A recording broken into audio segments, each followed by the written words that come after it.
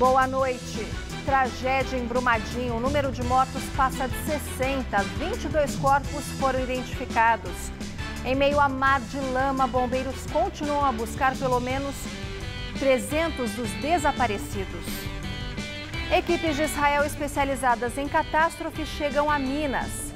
Comitiva trouxe aparelhos com capacidade para identificar sinais até 4 metros de profundidade. Procuradora-Geral da República diz que executivos da Vale podem ser responsabilizados pelo rompimento da barragem. Em Brasília, gabinete de crise faz reunião e pode avaliar afastamento da diretora da empresa. Justiça bloqueia mais de 11 bilhões de reais da mineradora Vale. Pelo menos 5 bilhões são garantia de reparação de danos às vítimas. Cirurgia do presidente para a retirada da bolsa de colostomia termina após 7 horas. Bolsonaro foi submetido ao procedimento por volta das 6h30 da manhã no Hospital Albert Einstein, em São Paulo. E você vai ver essas e outras notícias no Jornal da Gazeta, que começa agora.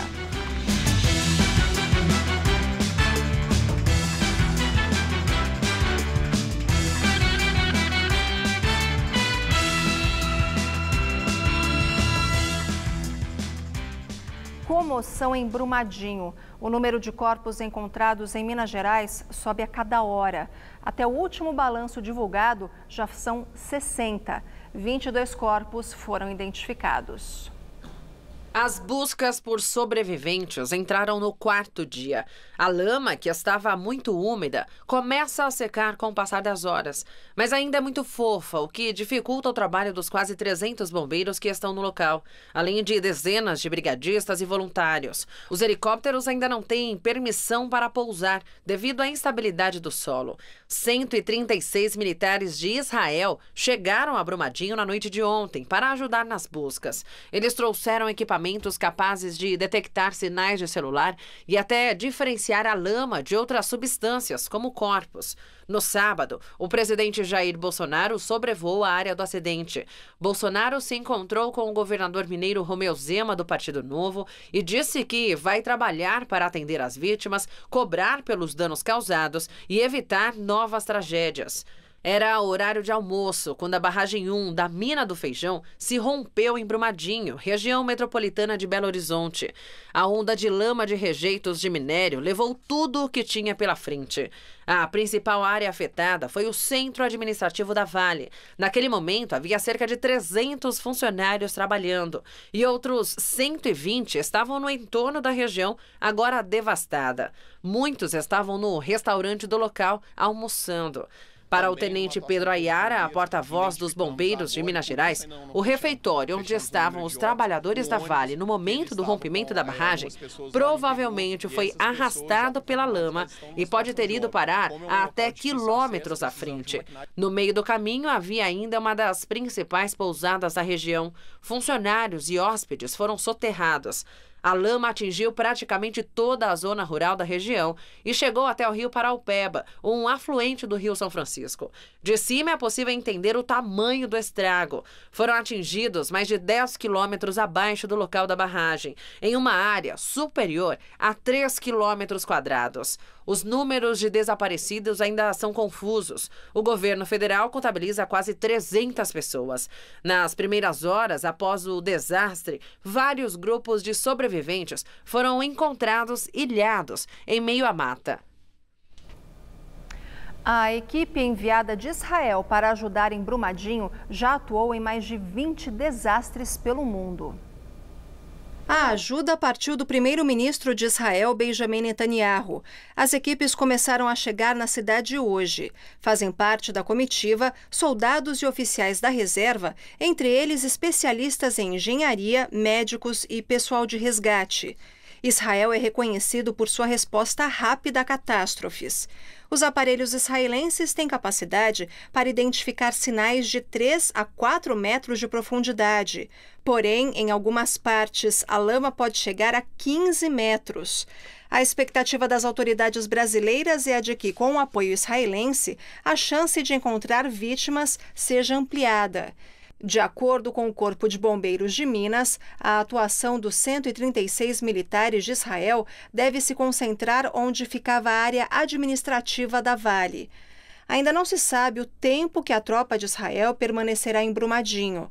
De acordo com o tenente Pedro Aihara, as buscas devem prosseguir pelas próximas semanas. Segundo ele, as possibilidades de encontrar sobreviventes são remotas, mas os bombeiros continuam um trabalho incansável. O militar pediu a compreensão da população sobre a operação de guerra montada para encontrar as vítimas. E a Procuradora-Geral da República, Raquel Dodge, disse que os executivos da Vale podem ser responsabilizados pelo rompimento da barragem. Hoje, em Brasília, o gabinete de crise, criado pelo governo federal para acompanhar a tragédia em Minas, se reuniu. A reunião ocorreu no Palácio do Planalto e foi comandada pelo ministro-chefe da Casa Civil, Onyx Lorenzoni. Também participaram Gustavo Bebiano, da Secretaria-Geral, o general Santos Cruz, da Secretaria de Governo, Gustavo Canuto, do Desenvolvimento Regional, o almirante Bento Albuquerque, de Minas e Energia, e Fernando Azevedo, da Defesa. Entre as preocupações do governo federal está o risco de contaminação da água do rio Paraopeba. Mais de 40 dispositivos foram instalados para análises químicas, que devem apresentar os primeiros resultados esta semana. Ainda há apreensão sobre o curso da onda de rejeitos. O Planalto defendeu a revisão de leis e classificações de risco e pediu a colaboração de governos estaduais, onde há barragens, e das empresas responsáveis por esses empreendimentos. A Procuradora-Geral da República também defendeu a revisão do Protocolo de Segurança de Barragens. Raquel Dodge disse que amanhã vai se reunir com o presidente do Supremo Tribunal Federal, Dias Toffoli, para conversar sobre quais serão as prioridades do Judiciário e do Ministério Público em relação à tragédia. A chefe do Ministério Público disse que os executivos da Vale podem ser responsabilizados pelo rompimento da barragem. A responsabilidade civil pode ser da empresa e de dirigentes. A responsabilidade penal será principalmente de pessoas, de indivíduos. E é preciso, por isso, examinar qual prova temos da falha na responsabilidade de cada um. A Polícia Federal abriu inquérito para investigar as causas e os responsáveis pela tragédia. Os investigadores apuram se há irregularidades nas documentações da barragem de Brumadinho. De acordo com o delegado Luiz Augusto Pessoa Nogueira, responsável pelo caso, uma das linhas de investigação é apurar se pareceres que atestavam a estabilidade da barragem foram feitos de forma regular. O presidente em exercício, o general Hamilton Mourão, defendeu as investigações. A punição, primeiro, que dói no bolso, né, que já está sendo aplicada. E segundo, se houve imperícia, imprudência ou negligência por parte de alguém dentro da empresa, essa pessoa tem que responder criminalmente, né? Porque, afinal de contas, quantas vidas foram perdidas nisso aí? Mourão disse ainda que o Comitê de Crise estuda a possibilidade de pedir o afastamento da diretoria da Vale durante o processo. Hoje, diretores da companhia se reuniram com técnicos do governo federal em Brasília para tratar de ações para minimizar a tragédia em Minas. E após essa tragédia em Brumadinho, a Justiça bloqueou mais de 11 bilhões de reais da mineradora Vale. O montante será para ressarcir perdas de forma geral. Pelo menos 5 bilhões seriam para garantir reparação de danos causados às vítimas. Outra parte será para indenizar trabalhadores e terceirizados da Vale.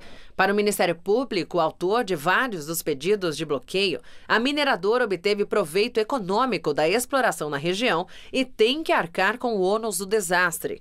Os promotores ainda apontam que, segundo informações da própria empresa, apenas no terceiro trimestre de 2018, a Vale obteve lucro líquido recorrente de 8 bilhões e 300 milhões de reais e que, diante da tragédia em Brumadinho, é fundamental que tais valores não sejam distribuídos entre os acionistas e investidores da empresa, mas sim revertidos para as medidas de recuperação ambiental e reparação dos danos. Ao determinar o bloqueio, a Justiça também mandou a Vale arcar com a responsabilidade pelo acolhimento e com os custos relativos ao traslado, transporte de bens móveis, pessoas e animais, além de total custeio da alimentação.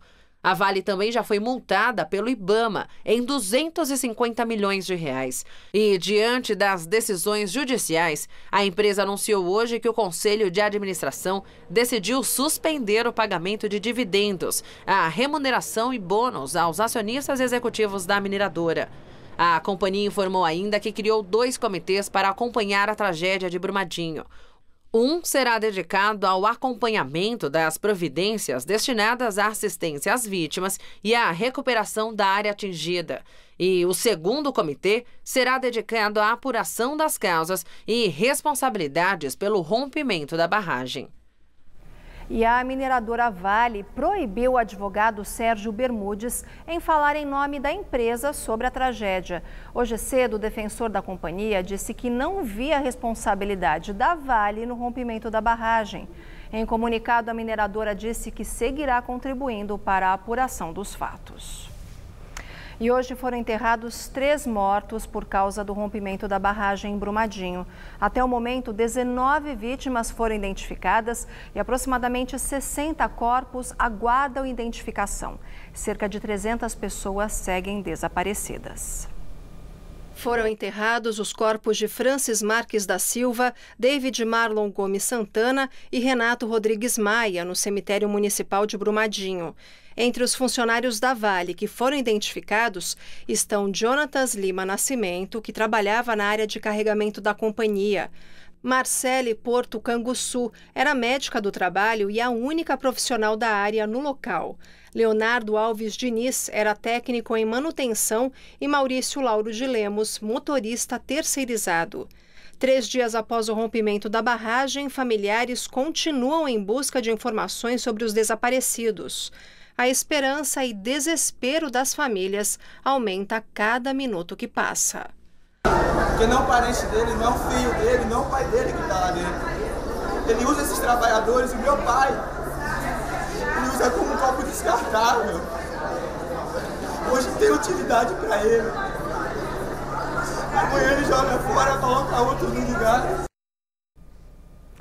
E mais uma vez, felizmente, a população brasileira se mobilizou imediatamente para ajudar as vítimas de mais uma tragédia no país.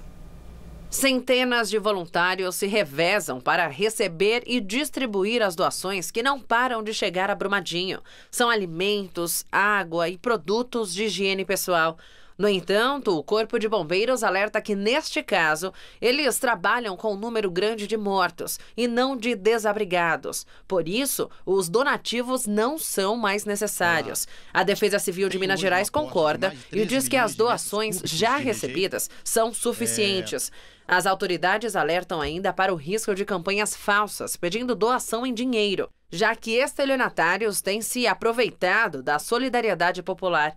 Uma forma segura de ajudar as vítimas é participando da campanha Ajude Brumadinho, do Banco do Brasil, com a Prefeitura da cidade.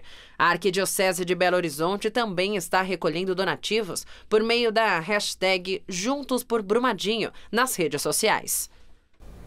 E desde sexta-feira, quando a barragem da Vale em Brumadinho cedeu, a lama segue se espalhando. A 7 quilômetros do local do rompimento da barragem, que aconteceu na mina de Córrego do Feijão, a lama de rejeitos de minério atingiu o rio Paraupeba, que é um dos principais afluentes do rio São Francisco, que abastece a região Nordeste. Até o momento, a lama já percorreu 46 quilômetros pelo Paraupeba. Agora, se aproxima da usina termoelétrica de Igarapé, no município de Juatuba. A estimativa é de que os rejeitos cheguem a uma distância de mais de 200 quilômetros de onde a barreira se rompeu, até desembocar na usina Retiro Baixo, em Pompéu. Existe uma chance dos rejeitos chegarem até o São Francisco, já que o Paraupeba deságua nele. O nível de lama pode ser diluído próximo à barragem de Três Marias. A preocupação é a de que os rejeitos de minério causem desequilíbrio no São Francisco, provocando escassez hídrica. A lama não é tóxica, mas pode diminuir significativamente a quantidade de oxigênio disponível, o que representa uma ameaça à fauna e à flora aquática. Ainda é difícil calcular exatamente o impacto ambiental na região. E as barragens da Vale no Córrego do Feijão eram consideradas de baixo risco.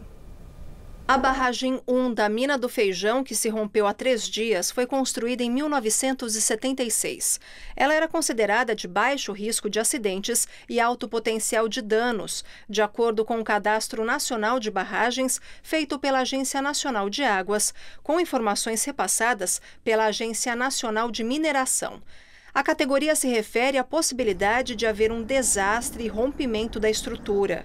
O documento mais recente sobre o tema foi divulgado no ano passado com dados de 2017 e não incluiu a barragem de Brumadinho entre as 45 de risco no Brasil. A barragem 1 é de pequeno porte e tem 40 metros de altura. Existem 6 barragens de contenção de rejeitos da Vale na região. 5 delas têm a mesma classificação da barragem que cedeu e uma é classificada com médio potencial de danos. Segundo o cadastro, em 2017, o país tinha 24.092 barragens para fins de contenção de rejeitos de minério. Houve um aumento expressivo. No ano anterior, eram 22.920. A Agência Nacional das Águas estima que o número de represamentos artificiais seja 3 vezes maior do que o estipulado. Das 45 barragens consideradas de risco no país, 10 estão na Bahia. Em Alagoas, são 6. No Tocantins, 4. No Sergipe, Rio Grande do Sul, Rio Grande do Norte e Rio de Janeiro, são 2. E em Pernambuco, uma está em situação de risco. O rompimento da barragem em Mariana, considerado o maior desastre ambiental do país, completou 3 anos. 19 pessoas morreram na época. Desde então, pouca coisa mudou. A barragem do Fundão da mineradora Samarco, controlada pela Vale, rompeu em 5 de novembro de 2015, provocando uma onda de lama que varreu os distritos de Bento Rodrigues e Paracatu de Baixo, em Mariana, Minas Gerais. Os rejeitos de minério atingiram o Rio Doce e seus afluentes, destruíram distritos e mataram 19 pessoas, deixando a região sem água e sem trabalho. Apenas 17 dias depois da tragédia, o rio de lama percorreu 500 quilômetros até chegar ao Espírito Santo. 3 anos depois, as obras das casas para reassentamento dos moradores que perderam tudo ainda estão começando. As pesquisas para avaliar os estragos que os rejeitos de minério causaram à água, aos peixes e ao entorno só devem ser finalizadas em março. 22 pessoas e 4 empresas respondem pelo rompimento da represa da Samarco, a maioria delas por homicídio com dolo eventual, já que faltaram medidas para prevenir as mortes. Desde o fim de 2018, a ação segue na Justiça sem ter julgado nenhum réu. E agora vamos ao comentário de Josias de Souza, direto de Brasília. Na tragédia de Brumadinho, o brasileiro observa da pior maneira possível o refinamento, o cuidado, o extremo acabamento e o custo com que, no Brasil, se exerce a incompetência. No momento, os administradores do desastre se esforçam para atenuar o desespero da plateia. Junto com o mar de lama, encosta no noticiário uma onda de remorso coletivo. A mineradora Vale promete que suas barragens terão um colchão de segurança jamais visto. Autoridades de Minas Gerais e de Brasília acenam com leis mais rigorosas e fiscalizações implacáveis. Tudo isso deveria ter sido feito depois do estouro da barragem de Mariana, há 3 anos e 2 meses. Mas os gestores do descalabro anterior cuidaram de fazer o pior da melhor maneira possível. Numa auditoria de 2016, o Tribunal de Contas da União concluiu que Mariana foi o resultado de uma incapacidade crônica no setor de fiscalização do Departamento Nacional de Produção Mineral, o DNPM. O TCU alertou para o risco latente e potencial de novos acidentes envolvendo barragens de rejeitos de mineração.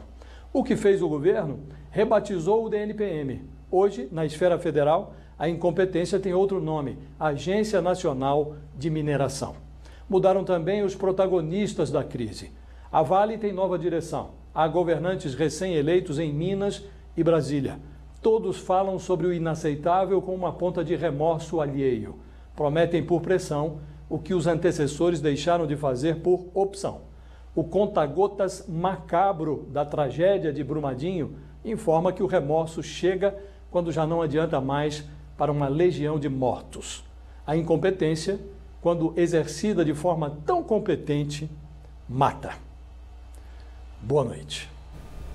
E desde a tragédia em Mariana, em novembro de 2015, os projetos para prevenir acidentes estão parados no Congresso Nacional. Logo após a tragédia em Mariana, em novembro de 2015, foram apresentadas propostas para prevenir novos acidentes. No entanto, a legislatura atual termina nesta semana e os projetos não foram para frente. E o mesmo teria ocorrido no Legislativo de Minas Gerais. O estado conta com mais de 700 barragens. Nos bastidores de Brasília, a informação é a de que os projetos não seguirão adiante após forte pressão de parlamentares ligados às mineradoras. Os congressistas, com isso, foram contrários às regras mais duras para as barragens. Agora, com a nova tragédia, uma CPI deve ser aberta no Senado. A informação é do senador Otto Alencar, do PSD da Bahia, que disse que já existe um acordo para reunir o mínimo de assinaturas necessário para pedir a instalação da comissão. Segundo o senador, a Vale dominou Minas Gerais, tornando o estado refém e manipulado da concessão de laudos técnicos para a construção dessas barragens. De outro lado, o senador Randolfo Rodrigues, da Rede do Amapá, tenta buscar apoio para um projeto de lei de sua autoria que torna hediondo o crime ambiental com resultado de morte. De acordo com Randolph, há mais de 1.000 barragens de rejeitos de minérios cadastradas no Brasil. A situação em Minas Gerais é a mais perigosa. E a ex-ministra do Meio Ambiente e ex-candidata à presidência, Marina Silva, foi a Brumadinho no fim de semana visitar o local da tragédia. Ela defendeu o uso de tecnologias que permitem o armazenamento de rejeitos de minério a seco. A China domina como ninguém essa tecnologia depois do grande desastre que eles tiveram. E aqui no Brasil é fundamental que se faça essa transição. Já o senador Eumano Ferrer, do Podemos do Piauí, relator de um documento que alerta para a situação das barragens no Brasil, disse que os recursos financeiros e humanos dos órgãos fiscalizadores são insuficientes. A ONU afirmou que o desastre em Brumadinho deve ser investigado como crime. O caso teve repercussão internacional. Segundo o relator especial das Nações Unidas para Direitos Humanos e Substâncias Tóxicas, o Brasil é responsável por não ter implementado medidas que prevenissem novos colapsos mortais e catastróficos, como o que já havia acontecido em 2015 em Mariana. Na imprensa do mundo todo, o trágico episódio teve destaque. A rede de TV CNN colocou em seu site que o número de mortos sobe ao mesmo tempo que a mineradora Vale é duramente criticada. O francês Le Monde diz raiva e medo em um novo desastre e relata que, segundo autoridades brasileiras, a barragem em Brumadinho era considerada segura. A rede de TV britânica BBC ressalta que a raiva cresce pela mineradora Vale e que o governo brasileiro responsabiliza a empresa pelo desastre com centenas de mortos. E o espanhol El País revela que 24.000 pessoas foram retiradas da região e destaca o desabafo de uma mulher. Para vocês, ele era um empregado. Para mim, meu marido. E daqui a pouco, no debate do dia com Denise Campos de Toledo, as possíveis causas e o impacto para o país da tragédia em Brumadinho. Nós recebemos hoje Rodrigo Jorge Moraes, professor de Direito Ambiental do IDP de São Paulo, e Carlos Bocuí, presidente do Instituto Brasileiro de Proteção Ambiental. Os meteorologistas preveem que não deve chover nos próximos dias na região metropolitana de Belo Horizonte. Uma boa notícia para as buscas em Brumadinho.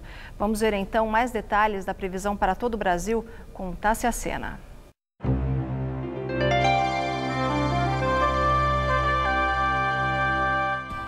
Os próximos dias continuam bem quentes em todo o país. O tempo segue com as características típicas do verão. Sol brilhando forte ao longo do dia e chuva entre fraca e moderada a partir do fim da tarde. Só naquela região mais escura é que há possibilidade de temporais. Vamos ver algumas máximas. Apesar das temperaturas altas de 29 em Porto Velho e de 31 em Cuiabá, a terça-feira deve terminar bastante chuvosa amanhã.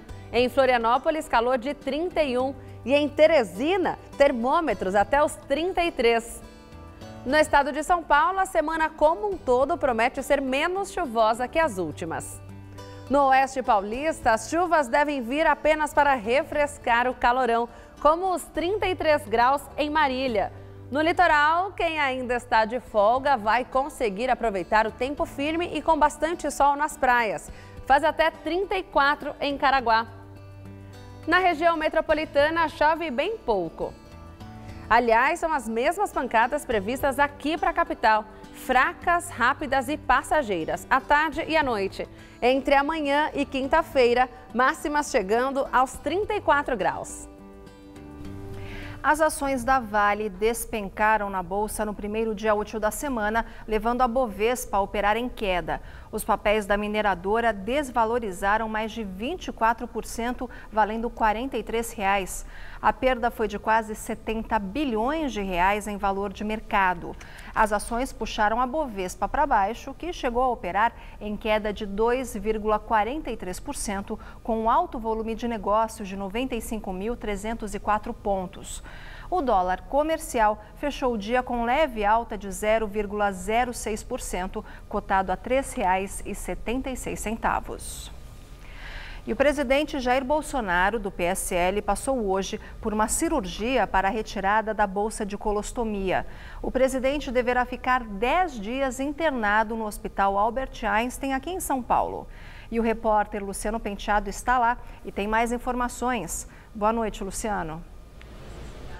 Boa noite, Luciana. Pois é, a cirurgia começou às 8h30 da manhã de hoje e terminou às 3h30 da tarde. Durou, portanto, aproximadamente 7 horas, muito mais do que o tempo previsto inicialmente pelos médicos, que era de 3 horas. O porta-voz da presidência, general Otávio Rego Barros, disse mais cedo, durante uma entrevista coletiva, que esse tempo maior se deveu à complexidade e a problemas relacionados às aderências das paredes do intestino do presidente Jair Bolsonaro. Inclusive, ele fez uma referência, uma brincadeira, disse que os médicos fizeram, entre aspas, uma obra de arte no abdômen do presidente devido aí a essa complexidade, elogiou a equipe médica. Na entrevista coletiva, o general também detalhou a técnica utilizada pelos médicos, já que havia aí essa expectativa de qual caminho eles iriam seguir. No final das contas, os médicos acabaram unindo diretamente a extremidade do intestino grosso do presidente,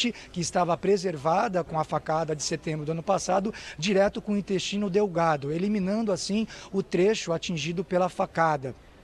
Apesar de tudo isso, a cirurgia ocorreu, segundo o boletim médico, sem intercorrências. Jair Bolsonaro permanece na UTI aqui do Hospital Albert Einstein, mas está consciente, segundo os médicos, sem dores e recebendo medicação na veia para evitar aí possíveis infecções e também evitar uma eventual trombose. De acordo com a equipe médica, o tempo de recuperação deve ser de até 10 dias aqui no hospital, mas neste período o presidente vai poder fazer pequenos despachos aqui mesmo de dentro do hospital, já que foi montado uma espécie de escritório no mesmo andar onde ele ficará internado, e ele vai também poder receber sua equipe e ministros, por exemplo. Bem, esta foi a terceira cirurgia do presidente Jair Bolsonaro até chegar à retirada de fato da bolsa de colostomia. Vamos ver os detalhes desse histórico na reportagem. O presidente chegou ontem em São Paulo. Na manhã de domingo, já no quarto do hospital, antes da internação, Jair Bolsonaro divulgou um vídeo em uma rede social falando sobre a cirurgia. Mas, se Deus quiser, correrá tudo muito bem. Eu muito obrigado a todos vocês, mais uma vez, e obrigado também pelas orações. O Brasil é nosso. Segundo os médicos, o tempo do procedimento poderia variar por causa das reais condições do intestino grosso, perfurado com a facada que o presidente levou no dia 6 de setembro em Juiz de Fora, Minas Gerais. Desde então, a bolsa de colostomia esteve colada ao corpo de Bolsonaro. Para o procedimento de retirada da bolsa e normalização do aparelho digestivo, os médicos consideravam 2 tipos de cirurgia. Uma, fazendo uma sutura no intestino grosso, unindo as 2 extremidades com grampos cirúrgicos. A outra, retirando a parte danificada e unindo o intestino grosso saudável direto com o intestino delgado. Esta foi a terceira cirurgia que Bolsonaro realiza após o atentado. A primeira, de emergência, foi logo após a facada, ainda na Santa Casa de Misericórdia, de Juiz de Fora. Naquela ocasião, os médicos tiveram que abrir o abdômen do presidente para limpar sangue e fezes do organismo. Foi quando a bolsa de colostomia teve que ser implantada.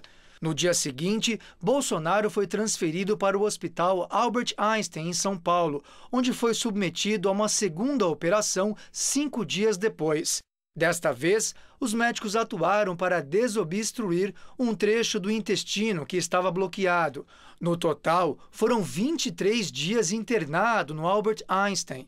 A alta foi no dia 29 de setembro. Neste momento, quem ocupa a presidência é o vice-general Hamilton Mourão, do PRTB.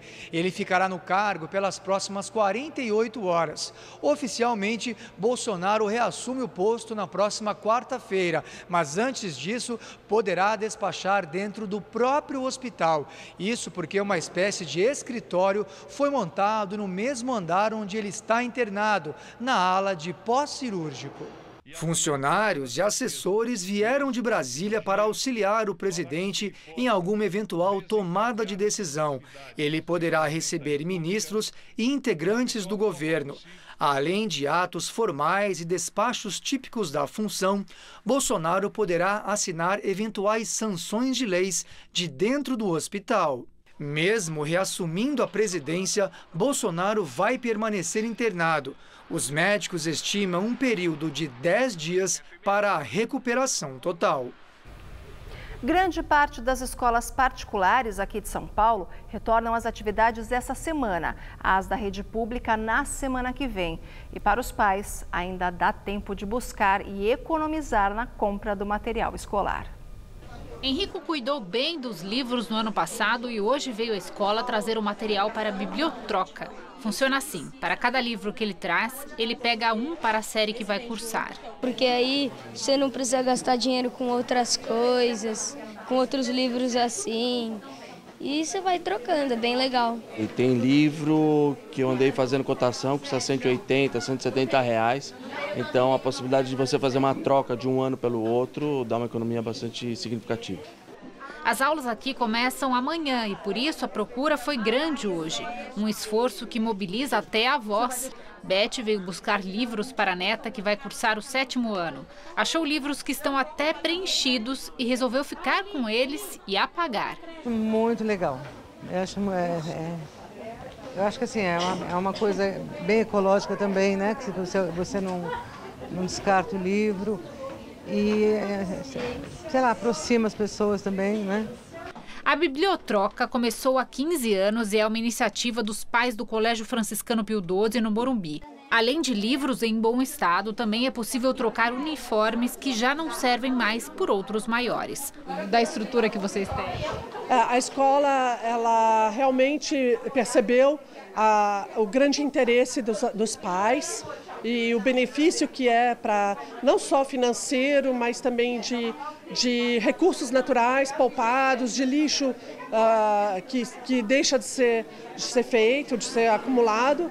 O colégio acreditou nessa nossa proposta. Lápis, borracha, cadernos, tem coisa que não tem jeito. Quem tem filho sabe que todo começo de ano é preciso encarar a papelaria. E para economizar por aqui, só gastando sola de sapato mesmo. O Procon de São Paulo constatou que o material escolar está cerca de 10% mais caro. Mas em alguns itens, a diferença de preços assusta.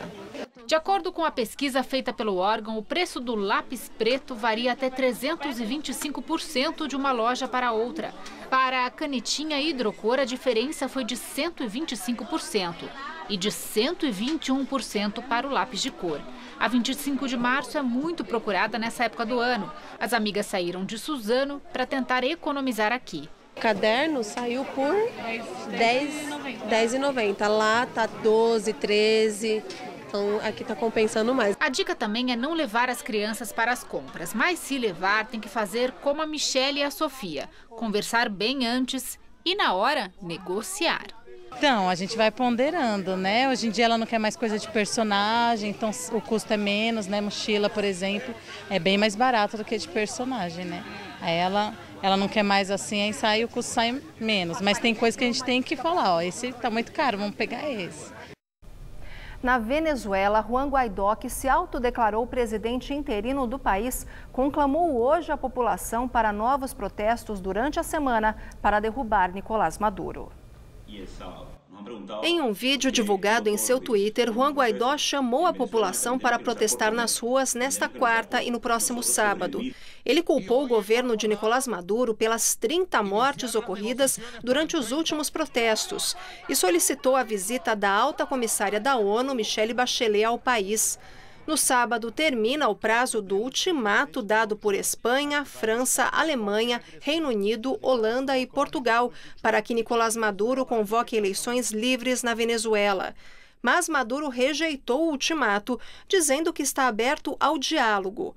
Hoje, Austrália e Israel também divulgaram seu apoio a Juan Guaidó como presidente, caso não haja uma nova eleição. No fim de semana, Nicolás Maduro visitou militares pedindo a lealdade do exército, enquanto Guaidó disse que dará anistia para aqueles que quiserem desertar. O Papa Francisco disse em coletiva de imprensa durante voo que o levava de volta a Roma, após a Jornada da Juventude no Panamá, que seu medo é de que haja derramamento de sangue na Venezuela. O conselheiro de Segurança Nacional americano, John Bolton, disse no Twitter que Maduro terá uma resposta significativa dos Estados Unidos caso diplomatas americanos ou o opositor Guaidó sejam ameaçados. E veja a seguir do debate do dia com Denise Campos de Toledo, vamos falar sobre a tragédia de Brumadinho em Minas Gerais. Até já!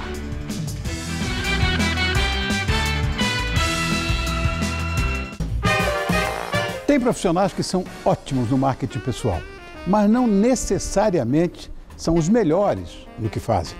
Enquanto outros que são excelentes não conseguem vender bem o seu peixe. Por que isso acontece? Vamos descobrir todo o seu dessa segunda. No nosso palco tem o sertanejo de Luan Vitor. E ainda eu converso com os queridos Marcelo Marrom, meu brother, e Ben Ludmer sobre a amizade entre humoristas.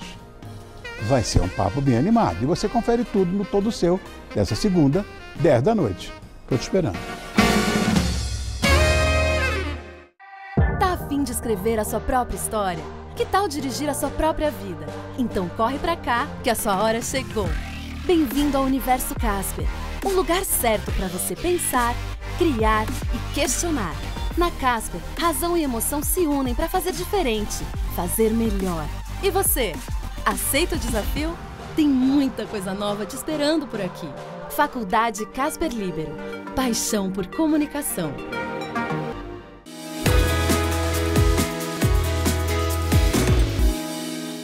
Bom te ver sempre ligado na TV Gazeta. Bom te ver sempre conectado com a TV Gazeta na internet. No nosso site você encontra todos os nossos programas para ver e rever quantas vezes quiser. E o melhor, pode assistir toda a nossa programação ao vivo, em qualquer lugar do mundo. Se preferir, nosso site ainda tem versão para celular, com o mesmo conteúdo e super fácil de navegar. E ainda um aplicativo com toda a programação ao vivo, que você pode baixar em iOS ou Android. Acesse tvgazeta.com.br. Bom te ver sempre ligadinho na gente. Quando a notícia apita, entra em campo um time de craques que é fera na cobertura e no contra-ataque. Futebol é para fazer gol, é para jogar ofensivamente. Tem que parar com essa bobagem de que jogo vale tudo. Ou seja, continuamos fazendo do futebol um boteco. Gazeta Esportiva, de segunda a sexta, 6 da tarde.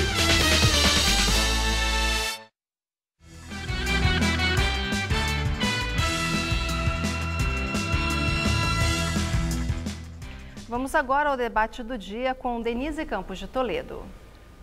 E hoje o assunto é a tragédia de Brumadinho, em Minas Gerais, e temos como convidados o advogado Rodrigo Jorge Moraes, que é professor de Direito Ambiental do IDPSP e professor mestre doutor da PUC de São Paulo, e Carlos Bocuí, que é presidente do Instituto Brasileiro de Proteção Ambiental e conselheiro do Conselho Nacional do Meio Ambiente. Uma boa noite aos dois. Boa noite. E eu gostaria de começar falando sobre a questão da legislação, não é? Porque se fala muito da necessidade de mudanças que foram aprovadas, na verdade, algumas alterações de última hora em 2018 que permitiram que a Vale chegasse ao limite dessa barragem. Então, eu queria saber primeiro do senhor Carlos Bocuí, como é que o senhor vê essa questão da legislação do ponto de vista ambiental? Se ela fosse seguida, haveria segurança maior? Então, do nosso ponto de vista de gestão ambiental, para que você tenha sistemas seguros, nós temos que pensar numa avaliação de impacto ambiental caso a caso, de uma forma bastante adequada. O que nos garante que o empreendimento ele seja seguro, que ele elimine o risco, é que ele passe por um rito de licenciamento ambiental que de forma prévia possa nos permitir ver quais seriam os impactos do empreendimento uma vez instalado. No caso dessa barragem de Brumadinho, claramente você tem um exagero no sentido de lavra ambiciosa. Você começa com uma altitude de 12 metros e vai, através de uma tecnologia ineficiente, até uma altura de 80 metros de barragem. Acha que está funcionando e vai seguindo? Vai ampliando, né?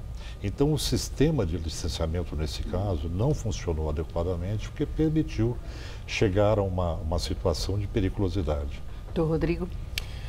O que o Carlos falou é verdadeiro, mas esse empreendimento, como nós notamos aí pela imprensa e pelas informações que nos chegam, ela estava licenciada. Então, ela, em tese, não está contra a lei, né? Ela adotou as condicionantes. Agora, a questão é quais condicionantes são suficientes, né? E eu acho que a conversa, nós temos que fazer uma divisão.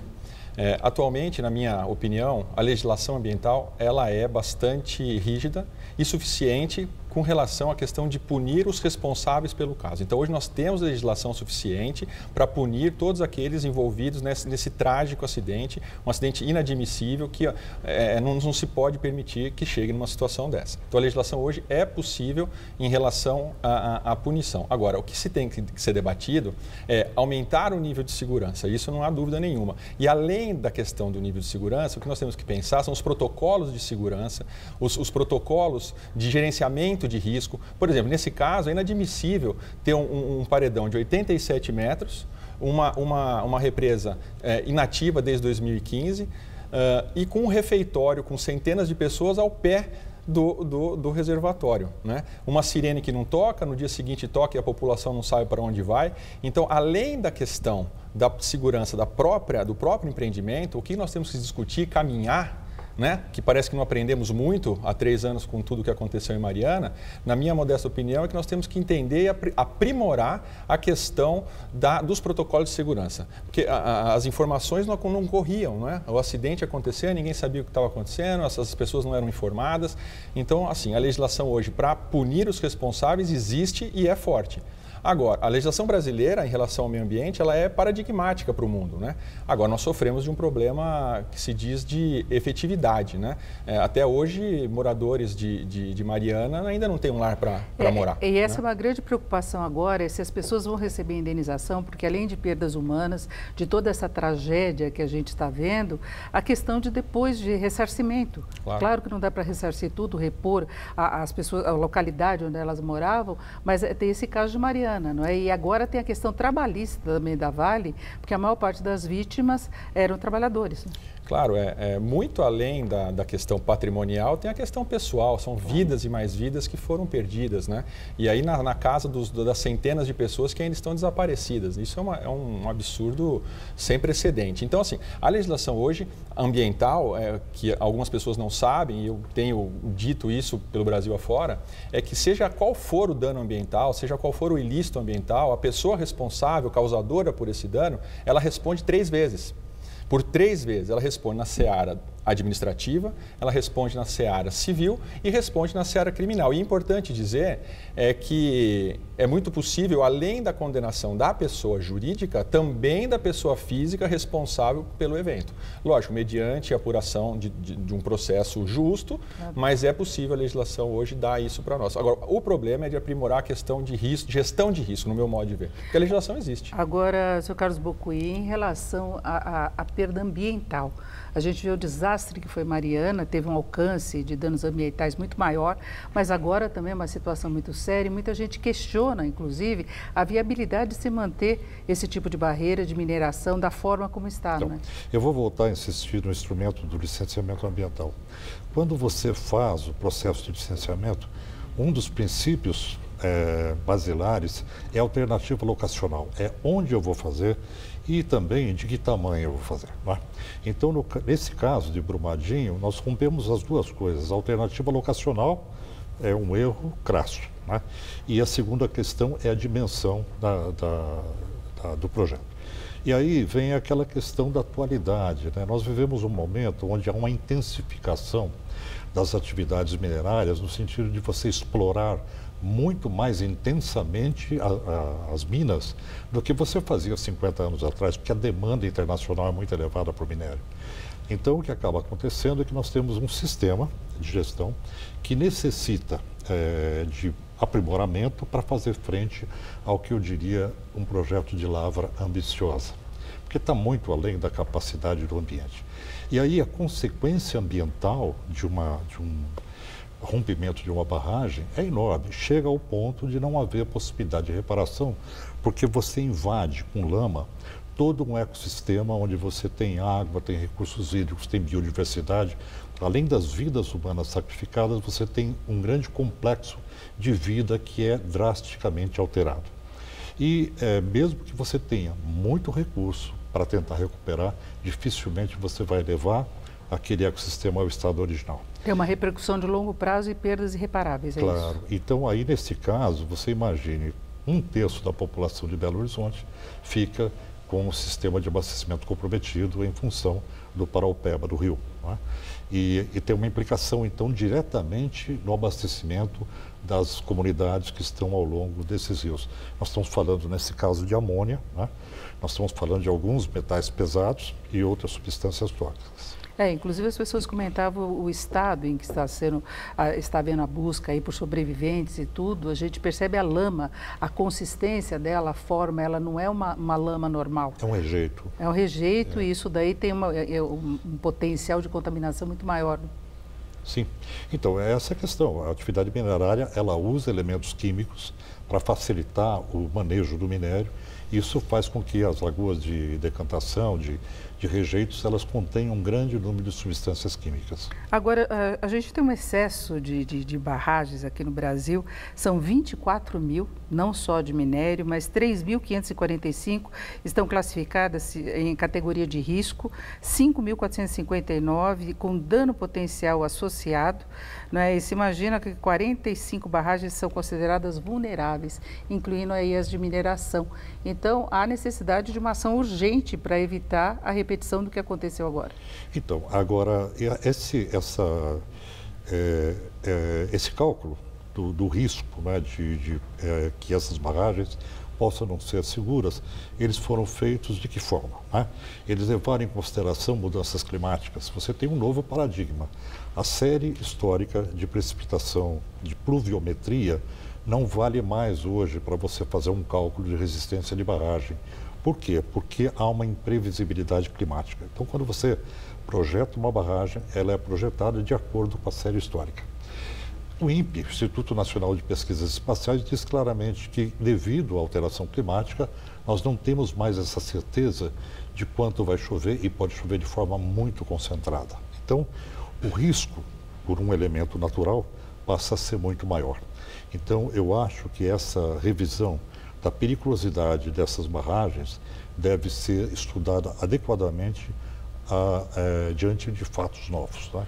Principalmente na questão climática. Agora, doutor Rodrigo, como é que fica a questão da responsabilidade da Vale, que está sendo questionada de várias formas, já que ela apresentou laudos de inspeções que foram feitas no final do ano passado e inspeções próprias também dela, assegurando que não havia problemas. Nesse caso, como é que se caracteriza a responsabilidade? Inclusive, o vice-presidente, agora presidente de exercício, Mourão, cogitou a possibilidade de afastar a diretoria da Vale enquanto as investigações prosseguem. Como eu disse, a responsabilidade civil da empresa, da companhia envolvida nesse acidente, ela é clara e é independente de culpa, né? Para se ter um ilícito ambiental, independe existir um dano ou não, independe passar por essa situação. Basta ter um descumprimento da legislação ou um dano como aconteceu, que não há uma excludente de culpabilidade, de ilicitude, ou seja, aconteceu, é obrigado a reparar. Esse no aspecto civil. No aspecto administrativo, o poder público vai ter que auferir, vai ter que avaliar tudo o que aconteceu, aplicar as multas, os embargos e tudo mais. No aspecto criminal, também é responsável tanto a pessoa jurídica, a empresa, como os seus administradores, seus responsáveis, mediante um procedimento de apuração. Mas a possibilidade de se punir e de se cobrar providências, isso é absolutamente tranquilo. Já com relação à sugestão do atual em exercício presidente, é uma questão mais ligada à questão societária e de direito econômico do que propriamente o ambiental, né? Então, essa é uma situação que vai ter que ser avaliada pela empresa e pelo poder público. Mas eu até brinquei hoje, falei, se fosse no Japão, talvez os diretores, os presidentes tinham pedido licença por questões éticas, né? Agora aqui, infelizmente, não é assim que a coisa acontece. Mas é uma postura e é uma ideia que há de ser bem pensada, né? Agora, a legislação tem de ser revista, né? O que se tem impressão... Exatamente. Toda vez que forem mexer a legislação, eu tenho receio que a gente retroceda. Porque havia, inclusive, a possibilidade de mudanças na questão da lei ambiental, da concessão de licenças. Tudo isso acho que vai ser revisto agora, até um posicionamento do atual governo em relação a qualquer liberação mais rápida, né? Nós temos um projeto de lei tramitando na Câmara Federal que é um desastre para a área ambiental, porque ele fragiliza o licenciamento. A título de desburocratização, ele tira elementos fundamentais para a avaliação de impacto ambiental, né? Então, esse momento, eu acho que nós temos que pensar em alguma coisa para mineração específica nesse caso, né? E para dar mais segurança. Acho que, como você colocou muito bem, quer dizer, os protocolos de segurança, claro, eles têm que ser reforçados, mas não necessariamente nesse momento, diante até do discurso do governo, quando assumiu, de compromissos que tem com determinados setores, e eu vejo um grande conflito de interesse nisso, assim como eu vejo um grande conflito de interesse quando você contrata uma empresa para fazer a sua auditoria e você paga por isso. Essa auditoria deveria ser feita de forma independente, talvez pelo próprio governo, para que ela tivesse validade, livre de conflitos de interesse. Então, eu acho que esse momento é muito oportuno para discutirmos uma melhoria das condições de licenciamento ambiental. Mas retrocesso jamais, porque se nós estamos numa situação dessas, imagine se mexermos na legislação que ainda nos garante. Deve ter muita coisa ainda a ser descoberta de irregularidade, de vulnerabilidade em relação à exploração.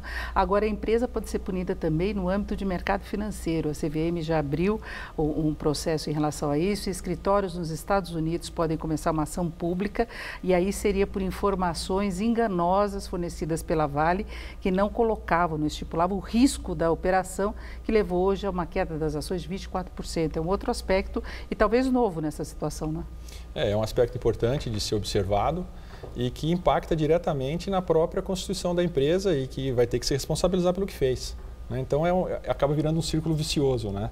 Nós temos aí a necessidade de fazer com que ela responda por tudo isso e também tem aí as suas ações em xeque, né? É uma situação, é uma equação muito difícil, muito difícil. Agora, se me permite só rapidamente sobre o licenciamento, para que todos entendam, o licenciamento ele é exigido de toda e qualquer empresa ou empreendimento ou atividade que gera risco, né? Agora, quando se fala em alterar o licenciamento, a gente espera que não tenha nenhuma flexibilização, que não facilite negativo, né? Mas existem alguns procedimentos que precisam ser revistos, né? Tanto na questão de segurança como na questão de otimização. Rapidamente, apenas um exemplo, existem cidades que exigem licenciamento ambiental para empresa que fabrica lenço de papel sombrinhas e salão de festa. Então, assim, aí acumula, o órgão ambiental recebe centenas e centenas e centenas de pedidos de licenciamento e acaba realmente, os órgãos já não têm toda essa capacidade para atender um Brasil desse tamanho todo que é e da complexidade que chega na mão de cada um deles. Né? Então, realmente a gente, assim, não é flexibilizar, mas alguns pontos precisam ser otimizados, talvez seja mas otimizados, me entenda, não de flexibilização, mas de racionalidade no processo. Mas eu gostaria de fazer uma pequena observação sobre essa questão. O Sistema Nacional do Meio Ambiente, ele não dá conta hoje da demanda, porque tem pouca gente para fazer. Né? Se você pegar, por exemplo, o Estado de São Paulo, a própria CETESB, aqui o nosso sistema paulista, em função da demanda enorme, a CETESB foi enxugada ao longo dos anos muito, né? O IBAMA também.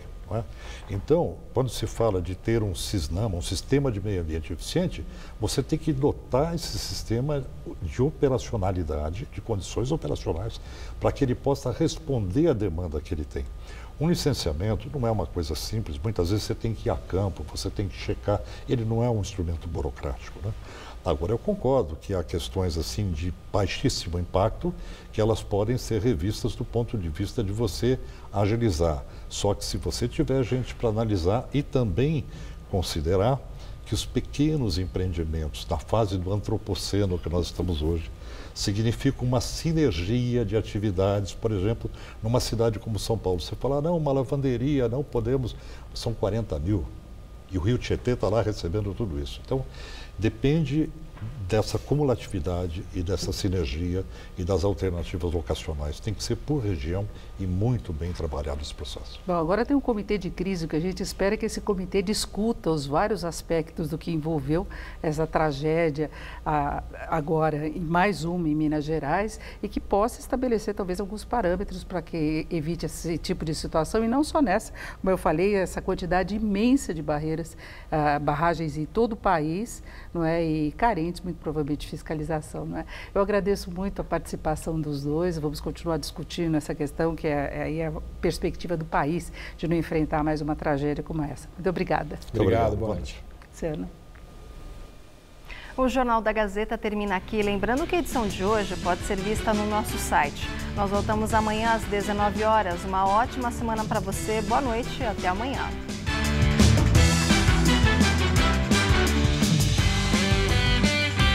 Conheça algumas grandes amizades do humor no Todo Seu de hoje, 10 da noite.